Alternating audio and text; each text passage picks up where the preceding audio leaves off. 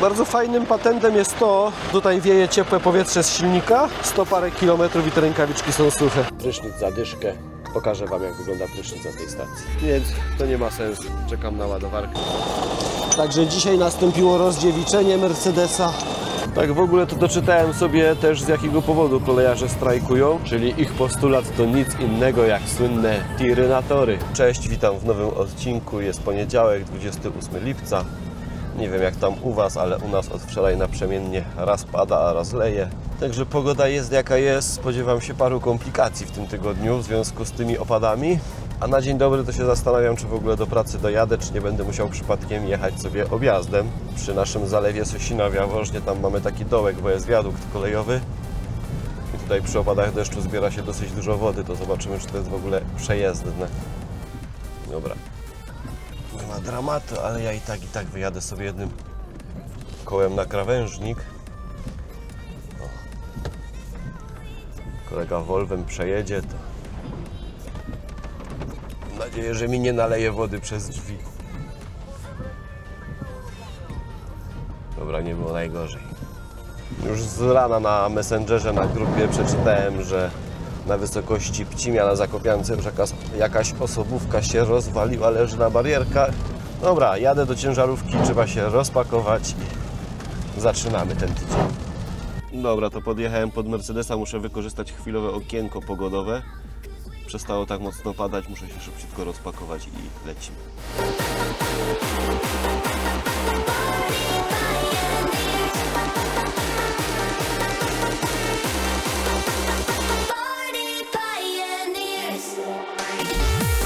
Dobra, rozpakowane, zaczynamy. Kierunek Graba Niżna, 118 km, zobaczymy ile zajmie mi to czas.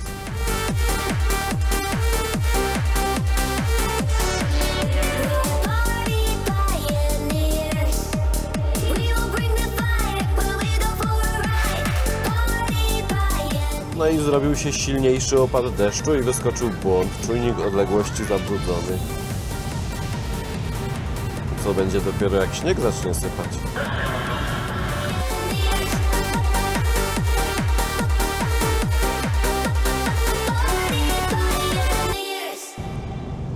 Słabo się jeździ Mercedesem na pusto, jak tyle wody płynie po drodze. Szczególnie bardzo słabo się hamuje tym samochodem. W Volvie mogłem sobie wyłączyć ten zwalniacz silnikowy, dać go w pozycję 0. W Mercedesie nie da się tego wyłączyć i delikatne dotknięcie hamulca i już śliska jest ta zakopianka, bo próbuję wyprzedzić beczkę, a dupa tańcuje. W piątek gdzieś tutaj w Myślenicach doszło do wypadku ciężarówki z kamperem, tylko po zdjęciach nie potrafiłem rozszyfrować, w którym to jest miejscu. Teraz może będziemy jechać i obserwować. No to mniej więcej dojrzałem to miejsce, w którym doszło do wypadku. Byłem ciekawy dokładnie, w którym miejscu się to stało, bo czytałem dwie wersje zdarzeń, jak do tego wypadku mogło dojść. Na zdjęciach wyglądało to fatalnie. Kamper calusieńki rozwalony. Z zabudowy nie zostało praktycznie nic. Ale bardziej zszokowało mnie też, że część zabudowy, meble normalnie były przebite przez szybę ciągnika siodłowego i one tu leżały w środku w kabinie. Komunikaty donosiły o 2 osobach poszkodowanych. No i z wersji, które wyczytałem, jedna mówi o tym, że to kamper wymusił pierwszeństwo, włączając się do ruchu właśnie na tym skrzyżowaniu. A druga opcja to była taka, że w ciężarówce był wystrzał, tylko że na wszystkich zdjęciach, jakie oglądałem, wszystkie koła są całe. Ten zestaw nie stoi przechylony w żadną stronę. Na pewno to nie był wystrzał z przodu, a wystrzał na ciągniku czy na naczepie i nie spowodowałby, że ten samochód tak szybko zmieniłby tor jazdy. Jechałem już na tartak. Grzesiu w ekspresowym tempie poszedł po ładowarkę. Już się tu ustawił pod zrębką.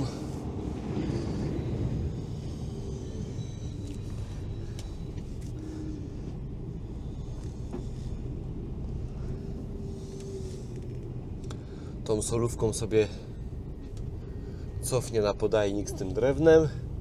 Ja skręcę w lewo, cofnę, ustawię się tak jakby w poprzek tej drogi i tu mi będzie woził towar.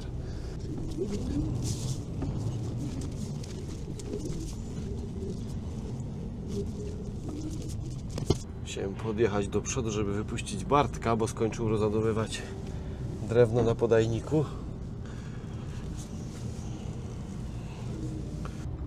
Ostatnio komuś w komentarzu się spodobała ta ładowareczka. To jest Zenebogen 355E.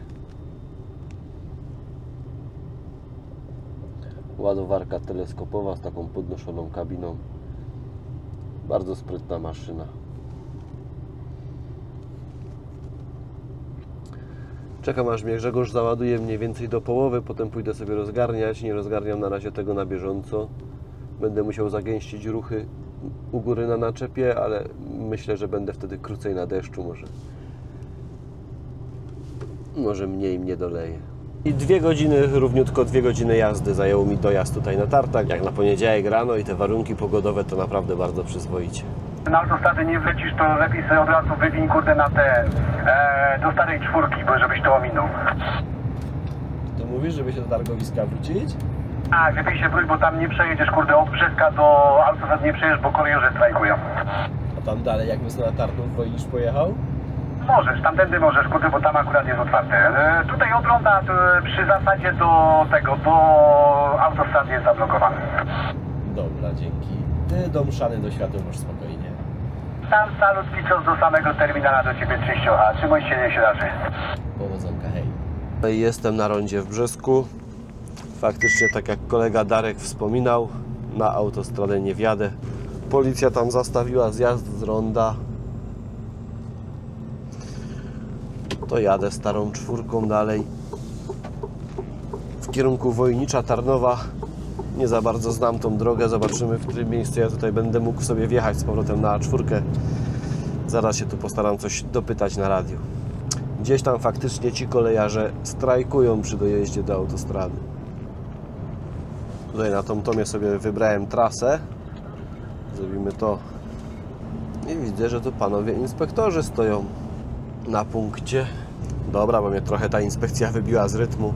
Nastawiłem sobie tą nawigację, gdzieś tutaj przez Wojnisz powinno mi się udać dostać do autostrady, a potem już tradycyjnie Tarnów, Lisia Góra i w stronę Mielca. Nie leci się tu wcale źle tą starą 4. Całkiem fajna droga, jest też bardzo dużo, widzę, alternatywy. Jakby brakowało czasu, żeby tam nie szukać miejsca przy autostradzie, tutaj przy krajówce tych stacji benzynowych jest sporo. Widzę, że duże parkingi dla ciężarówek. Warto sobie zapamiętać tą drogę. Tu sobie zjadę, są drogowskazy do A4. On tutaj widzi jakieś 4 minuty korka na tej drodze, no to zobaczymy, czy faktycznie coś się tu dzieje, bo na Google Mapsach nic nie pokazuje.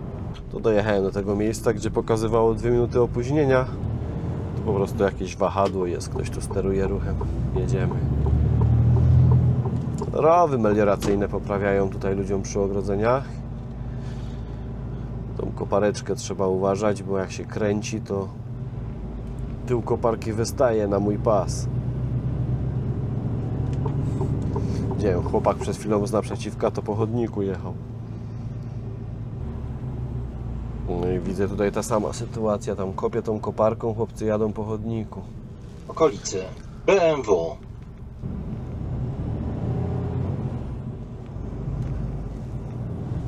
Tam to przynajmniej ktoś ruchem sterował, a tutaj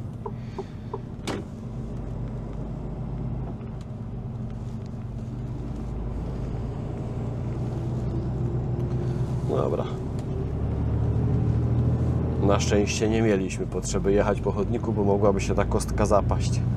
No to jestem na A4. Sytuacja bezproblemowo opanowana, także niech sobie kolejarze tam spokojnie strajkują. No to dojechałem na miejsce. Idziemy się sypać. Popuszczę sobie trochę pasy, bo było lekko z górką załadowane. Jak się będzie sypać, to będzie naprężać plandekę pasy.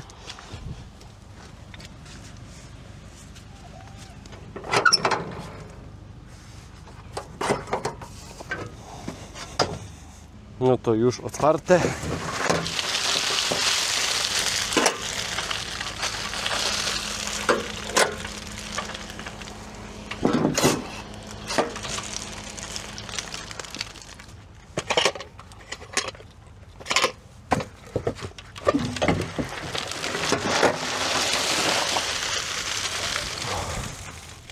Ale wieje po oczach.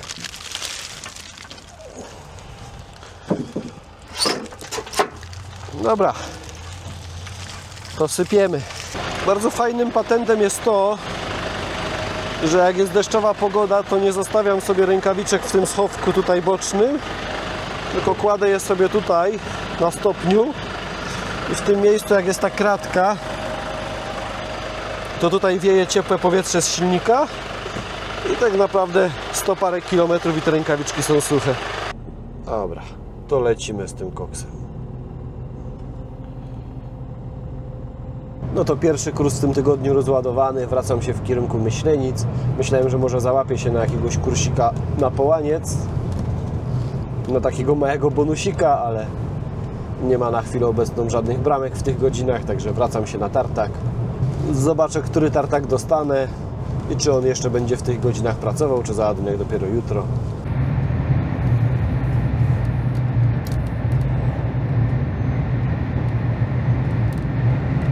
Panowie policjanci dostali wezwanie, bo dzik został potrącony i leży pod barierkami. Przyjechałem na tartak 17:10 do 17:30, chłopaki pracują, ale Grzegorz obiecał, że mnie jeszcze na szybko załaduje. Także przyspieszamy, zagęszczamy ruchy. Uda się jeszcze załadować, wypiszę WZ-kę, prawie pół godziny pauzy zrobię i wrócę się jeszcze troszeczkę, bo mam 8:20 wyjeżdżone dopiero dzisiaj. To myślę, że gdzieś tam może do Bochni się uda wrócić.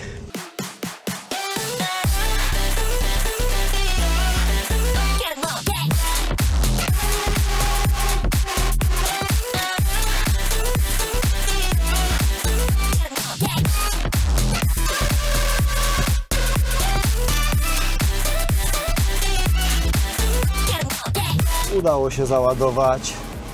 Tartak już zamknięty, wszyscy poszli do domu, ja się wypauzowałem. Półtorej godziny jeszcze mi zostało na dyszkę z lekkim haczykiem. Myślę, że do Gierczyc na pewno się uda dojechać, może też mi się uda za Bochnię dojechać na Orlen. Zobaczymy, jak to pójdzie. Przeanalizuję sobie to po drodze.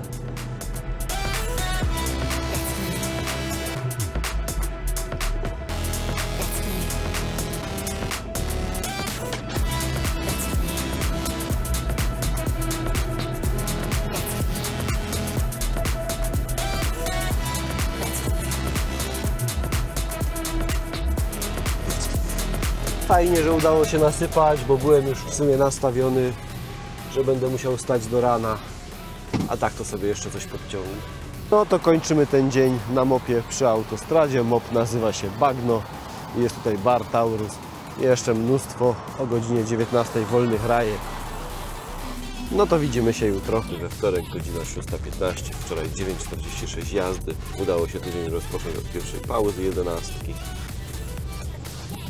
Zaczynamy nowy dzień. Zatrzymałem się po drodze na takim parkingu pod Lewiatanem. Sporo miejsca, można sobie zrobić zakupy. Jadę w kierunku Tartaku. Miałem jechać pod Rębach, 30 km od naszego placu, ale się tam po drodze okazało, że jest bardzo duża kolejka. Ładowali swoje samochody, do tego stały już 4 nasze auta. To tam było minimum 2-3 godziny czekania pod Rębakiem w kolejce, także za ten czas ja sobie dolecę na Tartak w góry, ale jeszcze nie wiem na który, okaże się wszystko po drodze. No i znowu musiałem sobie zjechać z A4 na Wojnicz. Lecę teraz starą 94 w kierunku Brzeska, bo znowu dzisiaj kolejarze się szykują do strajku w Brzesku. A nie mam ochoty jechać do Krakowa i stamtąd się pchać Zakopianką w stronę Myślenic, bo widzę na mapie, że wjazd do Myślenic się bardzo, bardzo korkuje. Wolałem sobie tu zjechać na starą drogę i tędy przelecę znowu przez Ławczycę na Myślenicę, omijając korek w Myślenicach i myślę, że tędy będzie dużo, dużo szybciej.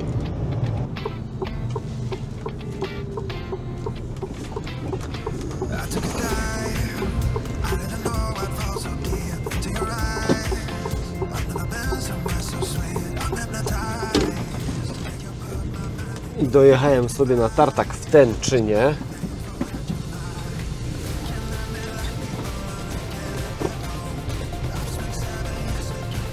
Mi troszeczkę deski przeszkadzają, będę sobie musiał po nich przejechać naczepą.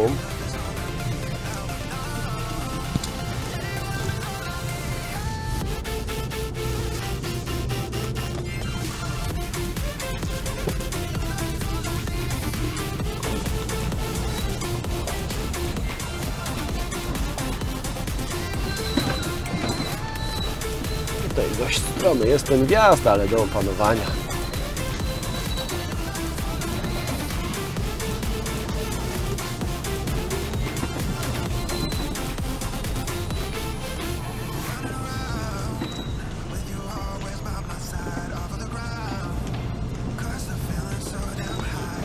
Dwunasta 30. Nie wiem, czy chłopaki nie mają teraz przerwy obiadowej.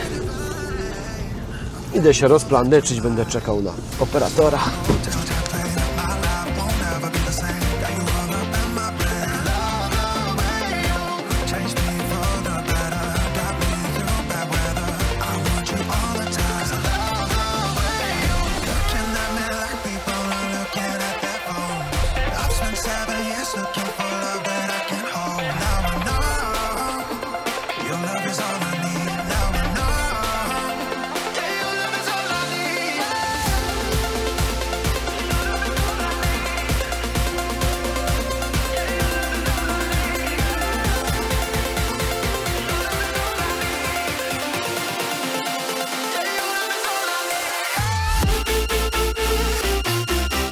No i przerwałem lataniem dronem, bo okazało się, że wąż od chwytaka się przetarł, ale chłopaki momentalnie opanowali sytuację. Ja już byłem nastawiony, że co najmniej godzina przerwy, bo tutaj najbliższy sklep, gdzie opływają węże, mają w Myślenicach.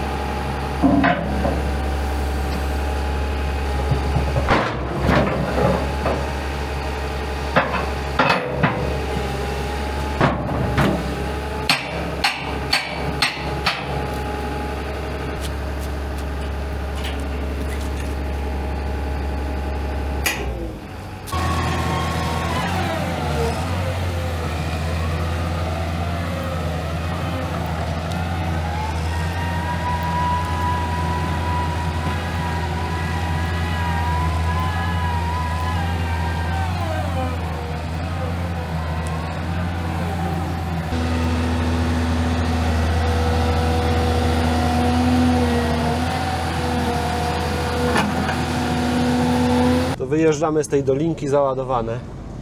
1,5 godziny z przerwą obiadową, z awarią. Raz, dwa chłopakom poszło.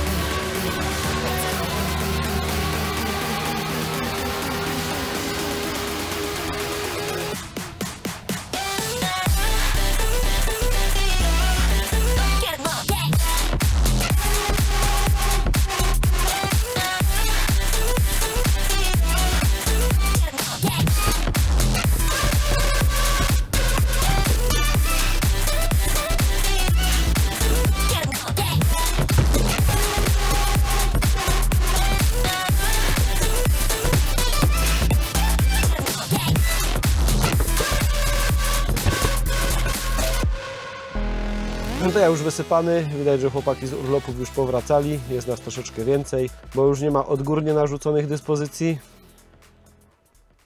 Tylko dostałem do wyboru albo się załadować tutaj na placu na Połaniec na jutro, na wjazd 6-8, albo mogę sobie wracać w kierunku Tartaku i znowu tu przyjechać z towarem, także wybieram sobie tą opcję z jazdą na Tartak. Kurde, a co to za ciekawy skład był? Jeszcze nie widziałem takiego pociągu czerwonego z jakimś żółtym pasem. Może się go uda jeszcze dogonić. No to kończymy ten dzień. 8:52 jazdy, 18:20. Zrobię sobie dzisiaj drugą 11. Stawałem znowu w Partyni, zajazd Partynia. Prysznic za dyszkę. Pokażę Wam, jak wygląda prysznic na tej stacji. To tu wygląda. Łazienka. I tak wygląda ta łazieneczka. Suszarka do włosów, umywaleczka, kabina prysznicowa, toaleta. Mankament to te pęknięte płytki tutaj, ale ciśnienie jest naprawdę bardzo duże, woda gorąca. To ja już wykąpany, ale zauważam tu jednak więcej mankamentów niż ostatnio. Generalnie to tu dzisiaj jest tak nie za czysto, brak papieru toaletowego, tam zgnieciony kosz, to taka pierdoła. Ogólnie gdzieś się tutaj ta kabina rozszczelniła i już podlatuje pleśnią, grzybem. To dzień dobry w środę, 5:20 rano, 11 wykręcona, razem z kolegą Owocem rozpoczynamy kolejny dzień. Lecimy w stronę Tartaku tradycyjnie, w Myślenicach dowiemy się co dalej. A kto poznaje renóweczkę? Na Tartak nie podjechałem sobie tu po tym błocie pod górkę. Samochód już buksował od dołu i dojechałem przednim kołem tutaj do tego dołka. Chyciło przednie koło, stanąłem.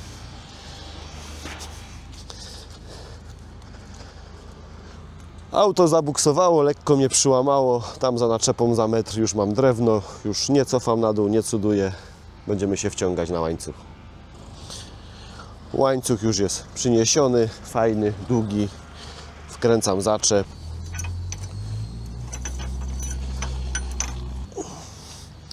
No i dobra, tak zostawimy, żeby zawleczka była od dołu. Może nie ma to jakiegoś strasznego dramatu, jest 5 cm błota, ale na tych swoich szosowych oponach autostradowych ja tu nie podjadę. Nie ma co próbować buksować. Tutaj z jakiejś starej płyty wystaje jakiś pręt. Zacznę kombinować, rozwalę jeszcze oponę. Więc to nie ma sensu. Czekam na ładowarkę, będziemy się wciągać.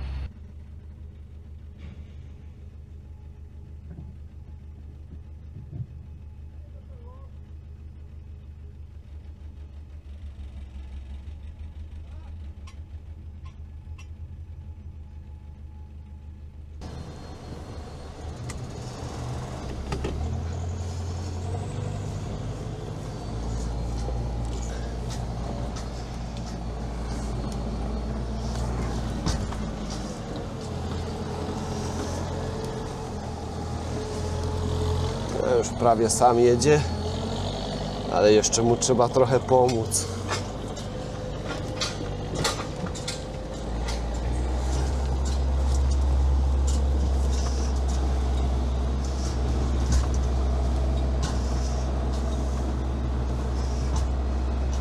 A i wystarczy.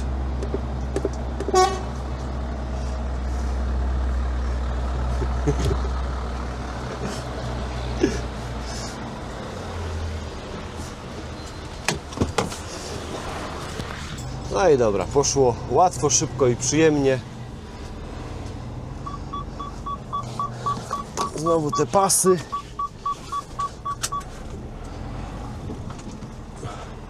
Nawet widzę, że tu dzisiaj do zawracania mam dużo miejsca.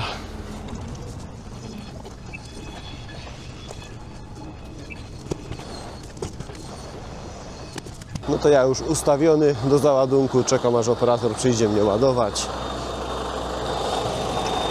Wykręcamy zaczep. Także dzisiaj nastąpiło rozdziewiczenie Mercedesa. Pierwszy raz wciągaliśmy się na łańcuchu. Nie poszło łatwo, szybko i bezboleśnie, także czasami warto sobie odpuścić i nie próbować na siłę, bo można sobie więcej narobić problemu.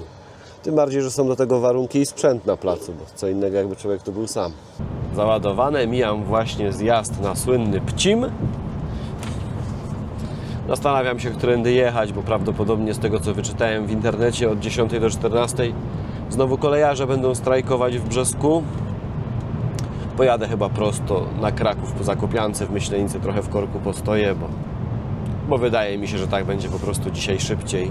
Tak w ogóle to doczytałem sobie też, z jakiego powodu kolejarze strajkują, więc głównym powodem strajku jest to, że kolejarze twierdzą, że transport kołowy, drogowy jest faworyzowany w stosunku do transportu kolejowego. Transport towarowy umiera na kolei, no i kolejarze tracą miejsca pracy. Czyli ich postulat to nic innego jak słynne tiry na tory. No i towar na placu rozładowany. Zrobiliśmy wjazd na Połaniec. Teraz sobie jedziemy razem z Markiem. Marek jedzie za mną. Byliśmy sobie na małych zakupach w Biedronce w Połańcu. Teraz jedziemy na pauzę. Prawdopodobnie chcemy dojechać do Gierczyc na BP. Dalej droga jest zamknięta. W miejscowości Winiary mamy śmiertelny wypadek. Osobówka z ciężarowym się gdzieś tam zderzyła. Na zakrętach droga jest zablokowana, policjanci tam nie puszczają.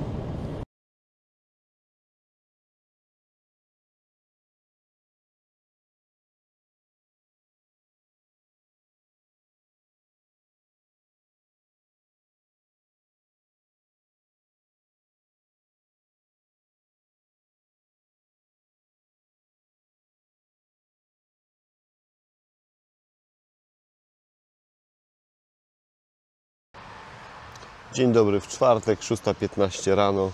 Zatrzymaliśmy się na stacji BP wczoraj wieczorem na noc z Markiem. A generalnie to bardzo lubię stać na tej stacji, bo to jest fajnie, cicho, czyściutko i zielono dookoła. Lecimy z Markiem na dwa różne tartaki. Ja jadę do Raby, on jedzie do Tęczyna, a potem się będziemy zdwaniać, zobaczymy jak to tam komu pójdzie. Jestem już na tartaku, dzisiaj kolejkę, to miałem trzeci w kolejce byłem. Na szczęście zostanie towaru dla mnie. Grzesiek już stoi z przygotowaną łyżką. Tą platformą tutaj musi mi odjechać. Podciągnę sobie do przodu i ładujemy. Dzięki, na wolę też spokój.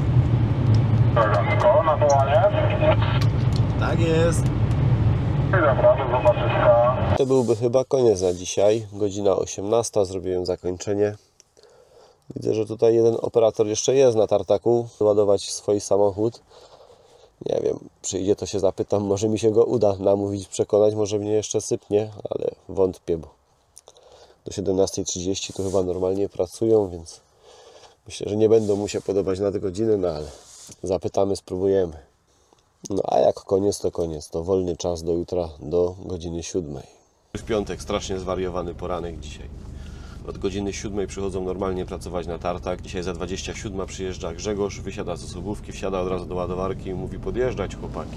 Ja dopiero byłem na etapie porannej higieny. Z zagryzioną szczoteczką do zębów, z kubkiem kawy w ręku już podjeżdżałem pod załadunek. Za szybko się wszystko działo z rana. Kawa dopita w drodze, ale to dobrze, to dobrze. W piątek takie porąbane akcje jak najbardziej wskazane. Podjeżdżam sobie tu w korku zerkając, wspomagając się stoperem, bo dzisiaj piątek. Całkiem sporo pracy, a pasowałoby zjechać do domu. Jeszcze tak naprawdę nie wiem, czy przypadkiem do jutra nie zostaje, no ale to się okaże koło południa. Ale jak się da, to lepiej sobie już z rana te minuty przyoszczędzić. Sprytna ta maszyna do usypywania pobocza.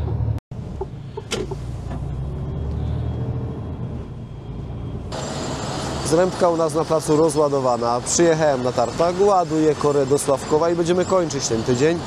Okazało się, że nie jestem potrzebny na jutro do pracy. Następną sobotę mam roboczą. Rano udało mi się załadować tą ładowarką. Jak wyjechałem z tartaku, okazało się, że ta ładowareczka ma awarię. Nie było ładowania. Tam się chyba rolka na alternatorze rozsypała. Bo Marek wyjechał z tartaku dopiero o godzinie 10, zanim usunęli awarię. Ja sobie zrobiłem kółko z tą zrębką, ładowarka sprawna, także na farcie. Będziemy sobie sypać po łyżce do każdej komory, po całości naczepy. Potem zacznę pilnować wagi, żeby bardzo nie przesadzić.